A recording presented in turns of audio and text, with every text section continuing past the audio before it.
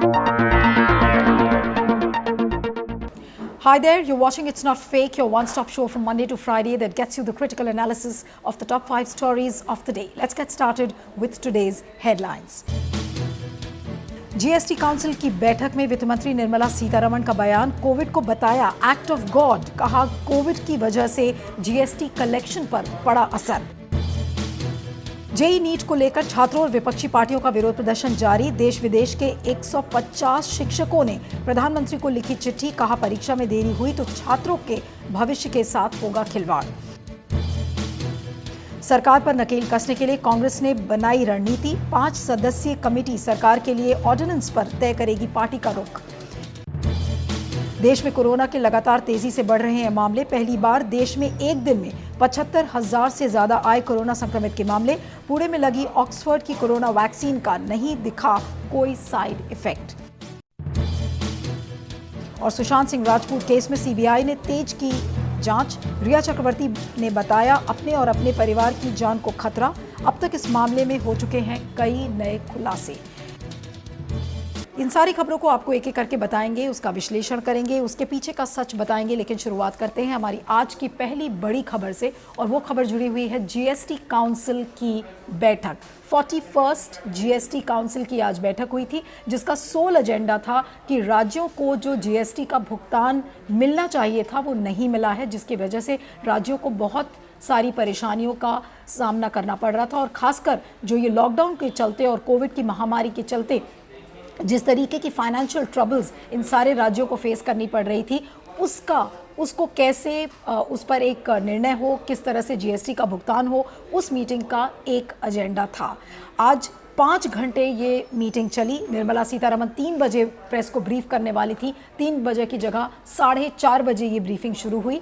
और जो मोटे मोटे जो पॉइंट्स इस जीएसटी काउंसिल की मीटिंग से निकल कर आए हैं वो ये है कि अगर एक लाइन में कहा जाए तो जीएसटी काउंसिल की बैठक इनकन्क्लूसिव थी, यानी कि कोई निर्णय, इसमें कोई ठोस निर्णय या राहत राज्यों को मिलता हुआ नहीं दिख रहा है। अब आपको एक एक करके बताते हैं कि क्या पॉइंट्स इस मीटिंग में कहे गए। 2 ऑप्शंस राज्यों के लिए सजेस्ट किए हैं केंद्र सरकार ने, जिसको लेकर निर्मला सीतारमण जो वित्त मंत्री हैं उन्होंने भी अपने बयान दिए, और अजय भूषण पांडे जो कि रेवेन्यू सेक्रेटरी हैं और फाइनेंस सेक्रेटरी हैं, उन्होंने भी अपने 2 ऑप्शंस जो राज्यों को गिनाए हैं वो यही है कि पहला ऑप्शन ये है कि या तो केंद्र सरकार मार्केट से पैसा उधार में उठाए, और दूसरा ऑप्शन ये है कि या तो आरबीआई से पैसे मांगे। तो इन दोनों ऑप्शंस पर यह कहा गया है कि जो आरबीआई से बातचीत की बात है उसको अब स्टेट्स इसको कंसिडर करें, और उनका इस पर क्या सोचना है इसको लेकर 7 दिन में वापस अपने सजेशंस के साथ इन राज्यों को वापस वित्त मंत्रालय को बताना पड़ेगा।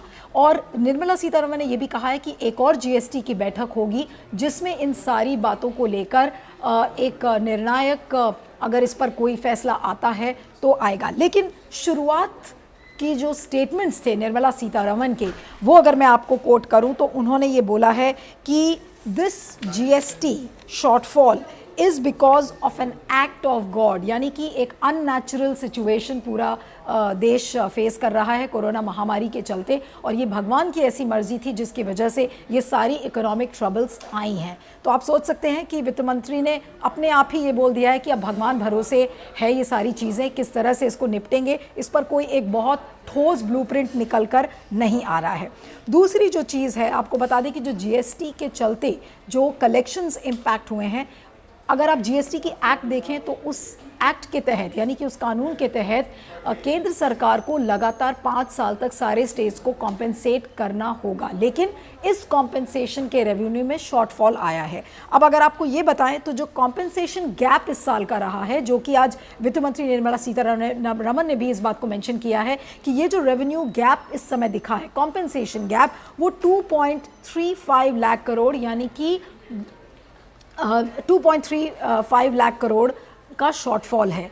और जो जीएसटी के इम्प्लीमेंटेशन के चलते जो शॉर्टफॉल है वो 97,000 करोड़ है। यानी कि वो जस्टिफाई कर रहे हैं कि कोरोना महामारी के चलते इतना बड़ा शॉर्टफॉल है, लेकिन जीएसटी का कानून के इम्प्लीमेंटेशन की वजह से, यानी कि जीएसटी के टैक्स कलेक्शन के चलते सिर्फ 97,000 करोड़ का शॉर्टफॉल है। अब इस शॉर्टफॉल को हम कैसे इसकी भरपाई करेंगे, तो दो ऑप्शंस ऑलरेडी दे दिए हैं, या तो मार्केट बोरोइंग होगी और या तो आरबीआई इसमें मदद करेगा। आपको एक बात ये भी बता दें कि अटॉर्नी जनरल ने के वेणुगोपाल ने ऑलरेडी केंद्र सरकार को कह दिया है कि ये जो शॉर्टफॉल है इसकी भरपाई कंसोलिडेटेड फंड ऑफ इंडिया से नहीं हो सकती है, जिसको लेकर अब तमाम राज्यों के जो मुख्यमंत्री हैं और उप मुख्यमंत्री हैं उनका ये कहना है कि पहले तो आपने सेस कलेक्शन कंसोलिडेटेड फंड में डाल दिया, अब जब हमको ज़रूरत है तो अब आप ये कह रहे हो कि कंसोलिडेटेड फंड में से इसकी भरपाई नहीं हो सकती। तो ये तो एक लॉजिक है जो बिल्कुल इस समय समझ में नहीं आ रहा है।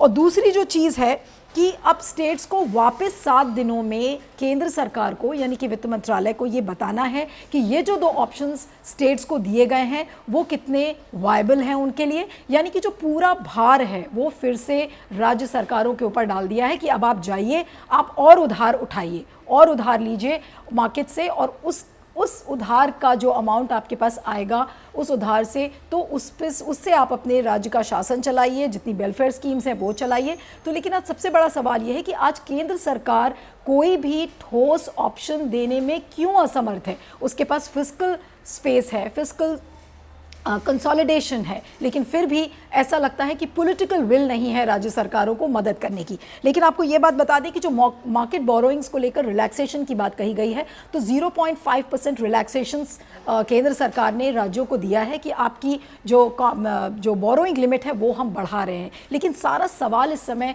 इस बात पर आकर अटक गया है कि आपने सारा भार इस समय राज्यों के ऊपर डाल दिया है। राज्य ऑलरेडी जूझ रहे हैं, उन सारे राज्य हैं, चाहे वो पंजाब हो, चाहे छत्तीसगढ़ हो, चाहे झारखंड हो, सबका ये कहना है कि जितना भी पैसा इस समय राज्य सरकारों के पास है वो ज़्यादातर वो पैसा वेजेस, सैलरीज और पेंशन्स में जा रहा है। तो ऐसे में वेलफेयर स्कीम्स कैसे चलेंगी, और जो जीएसटी का जो रेवेन्यू गैप है उसकी भरपाई अब स्टेट्स कैसे करेंगे। तो जाहिर सी बात है कि पूरा बर्डन फिर से आकर राज्य सरकारों के ऊपर अटक गया है। अब ऐसे में जो दो ऑप्शंस वित्त मंत्री ने जो सजेस्ट किए हैं कि आप मार्केट बोरोइंग करिए और या तो आरबीआई से करिए, तो ये जो बातें हैं ये कोई ठोस सॉल्यूशन देती हुई नज़र नहीं आ रही हैं। और सारे राज्यों के पास एक ही सवाल है कि ऐसी हालत में वो और मार्केट बोरोइंग कैसे करेंगे। केंद्र, सबसे बड़ा ये सवाल है कि जब केंद्र सरकार इस समय मार्केट से बोरो करने की स्थिति में नहीं है तो वो कैसे एक्सपेक्ट कर रहा है कि राज्य सरकार इसमें बोरोइंग करके और अपने जीएसटी शॉर्टफॉल्स को कॉम्पेंसेट करेंगे।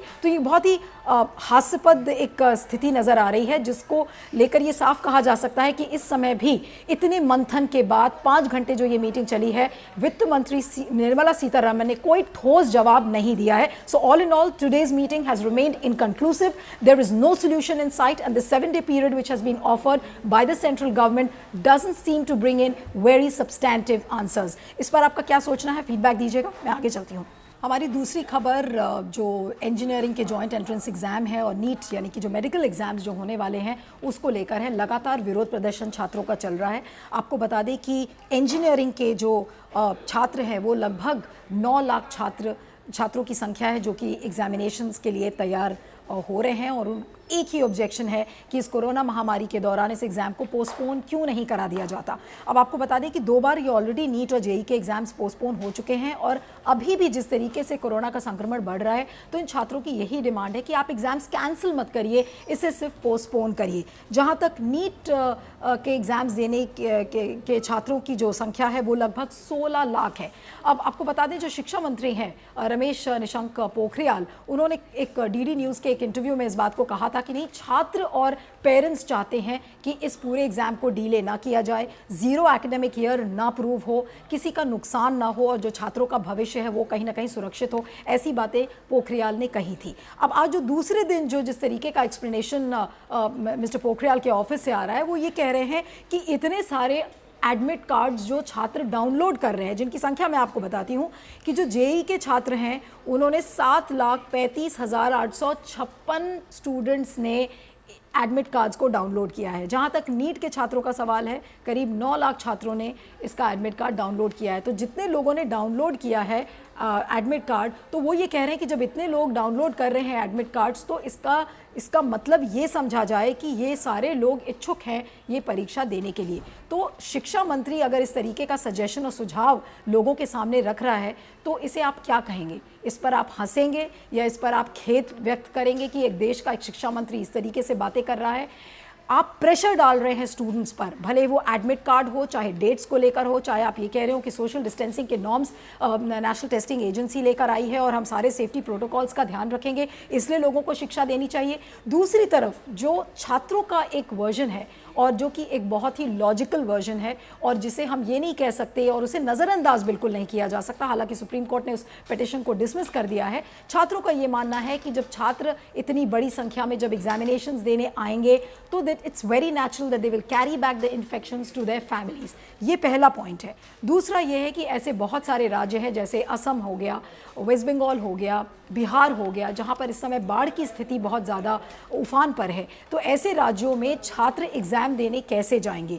क्या ट्रांसपोर्ट का पूरा प्रबंध करने के लिए राज्य सरकारें तैयार हैं? इसको लेकर कोई ठोस अभी कायदे कानून या प्रोविजंस अभी राज्य सरकारों की तरफ से नहीं आए हैं। तो ऐसे में सारे छात्रों का ये सोचना इसे गलत नहीं माना जा सकता। दूसरी तरफ जो केंद्र सरकार जो बार बार ये तर्क दे रही है कि शिक्षा में शिक्षा का राजनीतिकरण हो रहा है और जितनी भी विपक्षी पार्टीज़ हैं वो एक पॉलिटिकल एजेंडा अपना साधना चाह रही हैं, इस वजह से उन्होंने छात्रों को गुमराह करना शुरू किया है।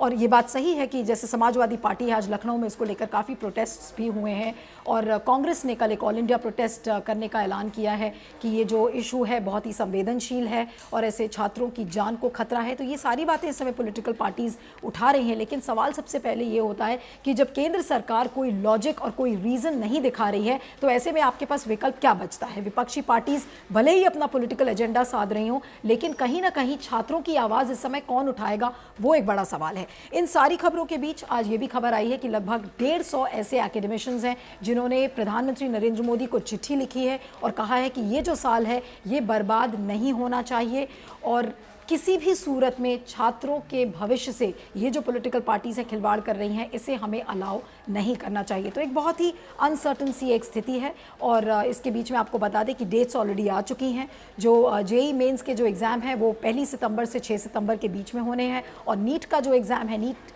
यानी कि जो मेडिकल एंट्रेंस एग्जाम है वो 13 सितंबर को होना है। तो अब ऐसे में who is going to buckle down first, who is going to blink the first, that's remains the $1 million question. अब ऐसे में सरकार बहुत ही अड़ियल इसका रवैया नज़र आ रहा है क्योंकि वो छात्रों की कोई बात इस समय सुनना नहीं चाह रही है, उल्टा एक ग्लॉस ओवर करने की कोशिश कर रही है, ये बात कहते हुए कि नहीं, पेरेंट्स और छात्र जिस संख्या में एडमिट कार्ड्स डाउनलोड हुए हैं उस संख्या में ये अनुमान लगाना चाहिए कि ज़्यादा से ज़्यादा छात्र एग्ज़ाम देने के लिए इच्छुक हैं। तो is this explanation not bereft of logic and reason? Please give us your feedback while I move on to the next story.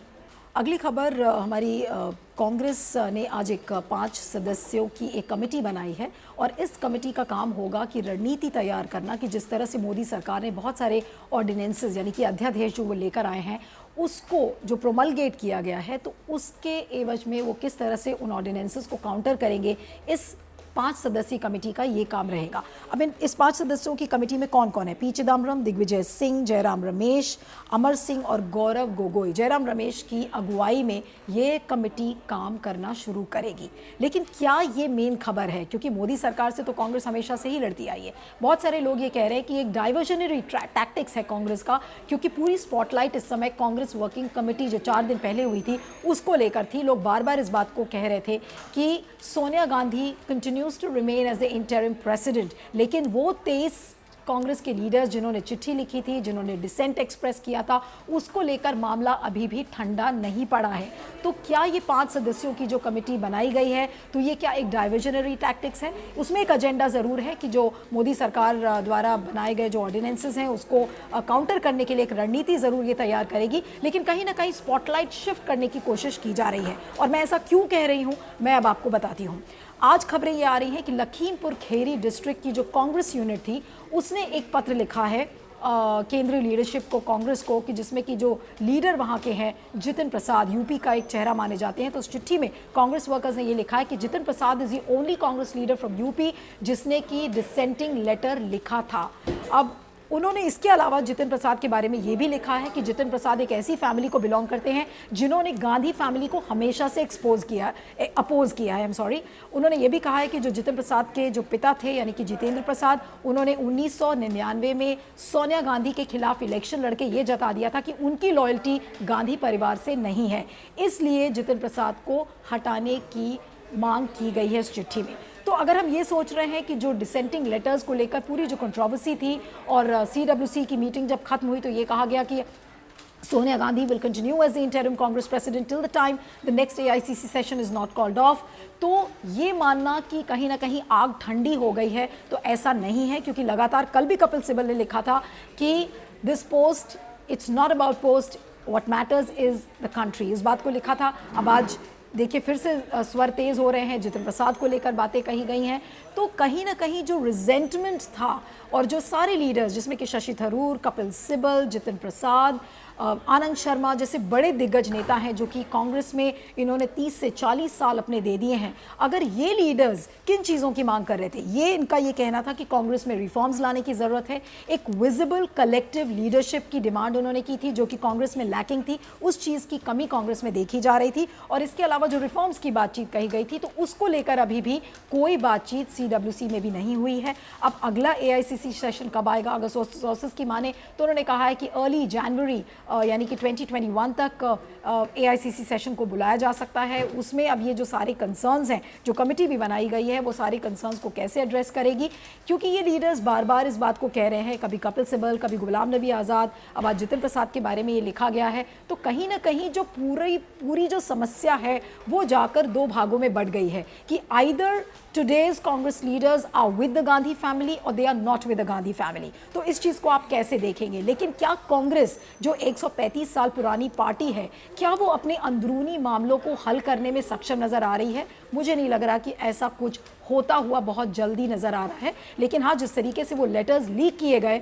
इस बात को ज़रूर इंडिकेट करता है कि from within the party there are sources which leak those letters. They wanted to push Rahul Gandhi as the president, but it has not happened.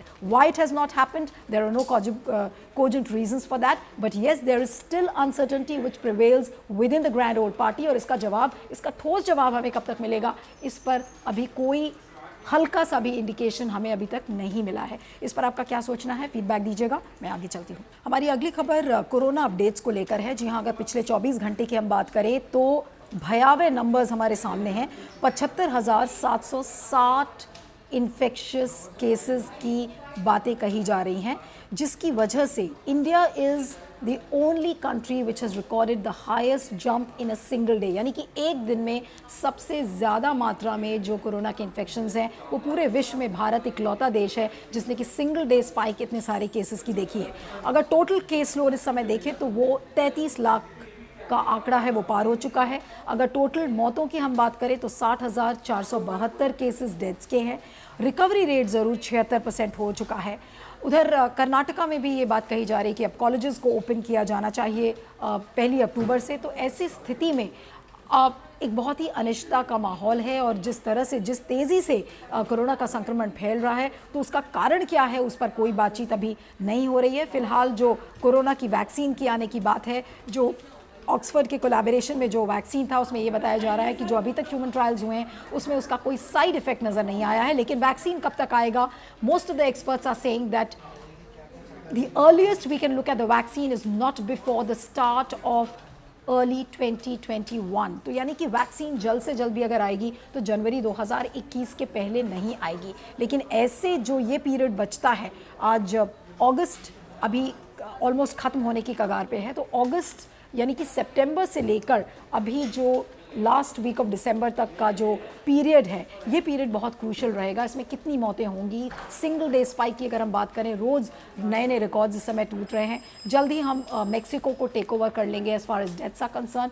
तो ऐसे में सरकार की रणनीति पे इस समय कोई भी बात नहीं कर रहा है। सरकार अपनी तरफ से बार बार इस बात को ही सिर्फ एक आश्वासन दे रही है कि जल्द से जल्द वैक्सीन आएगा, वैक्सीन की कमेटी सारी देखरेख कर रही है, सबको जल्द से जल्द वैक्सीन मिलेगा। But it is almost like showing a mirror to the people but not having any substantive answers as to when the vaccine will arrive. Till then, there is economic uncertainty, there is social insecurity, there is a medical insecurity, क्योंकि जिस तरह से अगर rate of संक्रमण आप देखें कि किस तरह से कोरोना का बढ़ रहा है, तो ऐसे में कितना इंफ्रास्ट्रक्चर आपका पुख्ता है। क्योंकि दिल्ली में आपको मैंने कल भी बताया था कि काफ़ी संक्रमण काबू में आ गया था, लेकिन अचानक से फिर से एक स्पाइक दिल्ली में देखा गया है। तो अलग अलग जो राज्य हैं वहाँ पर कंटेनमेंट स्ट्रैटेजीज अलग अलग बनाई गई हैं, लेकिन जो कोरोना का संक्रमण है वो कहीं भी अभी थमता हुआ नज़र नहीं आ रहा है। ऐसे में क्या करना चाहिए? अगर आपके पास सुझाव हो तो फीडबैक दीजिएगा, मैं आगे चलती हूँ। हमारी अगली खबर बॉलीवुड एक्टर सुशांत राजपूत की मौत से जुड़ी हुई है। रोज़ नए नए एंगल नज़र आ रहे हैं। जो अभी लेटेस्ट एंगल आज जो सामने आ रहा है वो एक ड्रग पेडलिंग का एंगल नज़र आ रहा है कि जो नारकोटिक्स कंट्रोल ब्यूरो के सामने जो चैट रिकॉर्ड्स आए हैं, जो कॉल रिकॉर्ड्स रिया की आई हैं, तो ईडी ने यानी कि इन्फोर्समेंट डायरेक्टरेट ने वो हैंडओवर किया है रिया के चैट रिकॉर्ड्स सीबीआई को, और उसमें नारकोटिक ब्यूरो अब एक ड्रग एंगल की खोजबीन कर रहा है। आपको बता दें कि जो चैट रिकॉर्ड्स में ये नज़र आ रहा है कि कहीं पर रिया ने 2 बैग्स वीड्स के मंगाए थे। उधर गांजा की बातें सामने आ रही हैं कि शायद सुशांत राजपूत को गांजा दिया गया था। तो एक ड्रग एंगल को लेकर एक छानबीन चल रही है। दूसरा ये कि सुशांत राजपूत के जो स्टाफ मैनेजर थे दीपेश सावंत, उन्होंने ये बात कही, ये बात सामने आ रही है कि उन्होंने रिया को ये ड्रग्स डिलीवर किए थे और उसके बाद रिया ने 120 अपने चैट रिकॉर्ड्स को डिलीट किया है। तो उन्होंने क्यों डिलीट किया है, अब इसको लेकर भी इन्वेस्टिगेशन चल रहा है। उधर आज रिया ने ये बोला है कि उनको पुलिस प्रोटेक्शन दिया जाए क्योंकि उनकी जान को खतरा है, उनके फैमिली मेम्बर्स को खतरा है। आज उधर एक वीडियो भी उन्होंने वायरल किया जिसमें ये देखा गया कि जिस तरीके से मीडिया कर्मियों ने जो रिया की बिल्डिंग के जो वॉचमैन थे उन पर आज हमला बोला। क्योंकि मीडिया कर्मी के अगर आप जितने भी आज न्यूज़ चैनल्स के अगर आप विजुअल्स देख लें तो किस तरह से कैमरामैन जो अलग अलग न्यूज़ चैनल्स के हैं, they were trying to bombard into Riaz home. उनके फादर जब उनसे पूछताछ चल रही थी, उनके ब्रदर से आज पूछताछ हुई, यानी कि शौविक चक्रवर्ती से जब सीबीआई ने पूछताछ की थी, तो जब वो निकल रहे थे तो बिल्कुल मीडिया का बम्बार्डमेंट हो गया था कि किस तरह से वो जल्द से जल्द विजुअल्स दें। तो ऐसे में रिया ने अपने घर के प्रोटेक्शन के लिए पुलिस प्रोटेक्शन मांगा है। तो ये सारी खबरें आ रही हैं। और लेकिन आज एक टीवी चैनल को रिया चक्रवर्ती ने एक इंटरव्यू भी दिया है, बहुत ही एक्सप्लोसिव इंटरव्यू, 2 घंटे का इंटरव्यू की बात कही जा रही है। अब बहुत सारे लोग ये भी अटकलें लगा रहे हैं कि रिया ने एक पर्टिकुलर टीवी चैनल को क्यों चुना अपना इंटरव्यू देने के लिए, जिसमें उन्होंने बहुत सारी बातें कही हैं, मेंटल डिप्रेशन की, किस तरीके की वो दवाइयाँ लेते थे। अपने यूरोप टूर की उन्होंने बात किया है कि यूरोप टूर में उन्होंने बहुत सारी एक्सपेक्टेशंस थी उनकी सुशांत की। Sushant was fond of living a life which was king size. 70 lakh रुपए तकरीबन उन्होंने अपनी थाईलैंड ट्रिप में गंवाए थे। तो कहने का मतलब ये था कि जो वो सारे जो तबका जो बार बार ये कह रहा है कि जो रिया और रिया का परिवार है वो सुशांत राजपूत के पैसों पर जिंदा रहता था, तो उन सारी चीज़ों को इस इंटरव्यू में रिया ने नकारा है। तो ये सारी बातें अब सुशांत राजपूत की जो मौत का जो केस है इस समय सीबीआई जांच कर रहा है, इन्फोर्समेंट डायरेक्टरेट जांच कर रहा है, अब नारकोटिक्स ब्यूरो भी उसमें आ गया है क्योंकि एक ड्रग एंगल को एक्सप्लोर किया जा रहा है। ऐसे में मीडिया की क्या भूमिका रही है, इसको लेकर लोग समय समय पर सवाल खड़े करते आए हैं।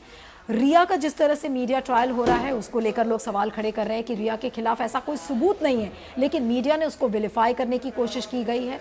उनके व्हाट्सएप चैट रिकॉर्ड्स को रिवील किया जा रहा है। तो ऐसे में क्या मीडिया इतनी ज़्यादा लिबर्टी ले रहा है? Is media not crossing the line because you are revealing personal details? तो इन सारी बातों पर गौर करने की ज़रूरत है। लेकिन बहुत ही अनफॉर्चुनेट है और बहुत दुर्भाग्यपूर्ण है कि जो मेन स्ट्रीम मीडिया चैनल्स हैं वो इस समय टीआरपी की होड़ में कुछ भी करने को तैयार है। भले ही जो मेडिकल प्रिवेसी रिकॉर्ड्स हैं सुशांत के उनको उजागर किया गया, उनके साइकाइट्रिस्ट ने मीडिया से बातचीत की, अब जो व्हाट्सएप कॉल रिकॉर्ड्स हैं उनको उजागर किया जा रहा है। टीआरपी की दौड़ में क्या कुछ इस समय नहीं हो रहा है। और बेचारे सुशांत राजपूत की मौत का जो पूरा जो केस है उसमें उसको न्याय मिल पाएगा या नहीं मिल पाएगा भी किसी को नहीं पता है। लेकिन बार बार सुशांत के जो पिता है के सिंह, उनका यही कहना है कि रिया ने is involve in the entire case and somewhere down the line she is responsible for Sushant death. तो इन सारी बातों को एक्सप्लोर किया जा रहा है। अब ये केस जिस तरह से इस समय रोज़ नए नए मोड़ ले रहा है, तो बिल्कुल जो एक टीवी सीरियल या सोप ओपेरा होता है वो बनकर ये पूरा केस अब रह गया है।